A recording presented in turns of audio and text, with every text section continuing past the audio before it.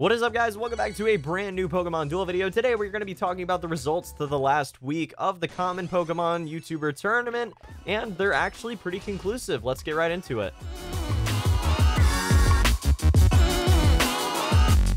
So moving into the quarterfinals, guys, you can see that we only had mid-range decks prevail into the top 4 spots in the winner's bracket.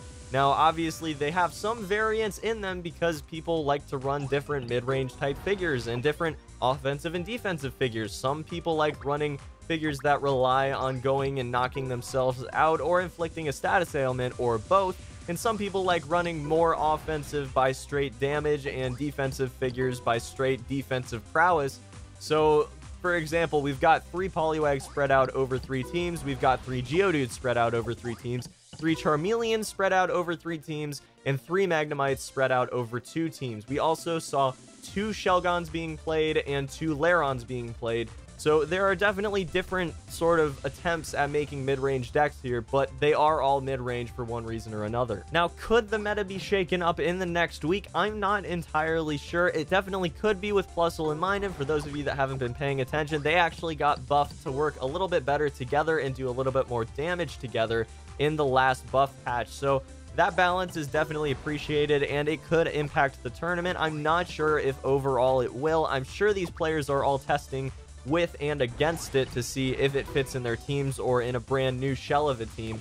But I'm excited to see if they can actually make it work, or if everyone's going to still stick to mid-range decks, which are actually the most fun, in my opinion, to watch out of all the decks that have been in this tournament, just because of how crazy these matchups can get. I mean, you have certain strategies that can change on a dime with mid-range decks. You have certain figures that are geared towards being defensive but can be used offensively if need be. So this is a really interesting top 4 for the winner's side of the bracket. Obviously, next week we're going to be going over the loser's side as well, because otherwise I'm going to have literally nothing to talk about. But this is very interesting, and I'm excited to see where it goes from here. Now, a massive shout out to Giggity Gaming, The Gopher, and Shuppet Speed for being the 3 participants that got knocked out in the first matchup in their first set. Okay, and they're actually running through losers right now. They are on their 3rd matchup, and they have not lost yet. So I'm very, very excited to see if any of them can actually make it all the way, because overall, I mean, that would just be fantastic. Losing your first set and being like, okay, well, I could be down and out right now. I could just give up like some of the other participants in the tournament did. But no, I'm gonna fight my way back into it. I'm gonna get to the top all the way from loser's bracket. I would love to see that happen. That's actually one of the most exciting parts of tournaments for me, is when you have someone that started out on a loss and they go straight to the loser's bracket and they don't give up. That's just really cool. So mad props to, again, Shuppet Speed, The Gopher, and Giggity Gaming for making it where they are, and I hope to see one of you guys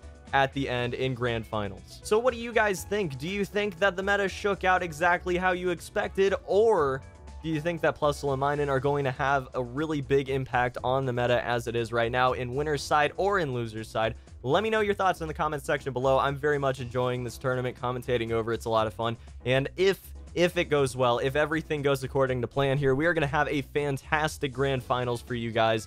And I'm just excited to commentate it. We're going to be doing a live stream for it. I'm not sure when that's going to be, but it definitely will happen. So hope you guys enjoyed the video. See you back here for the next video very, very shortly. And until then, peace.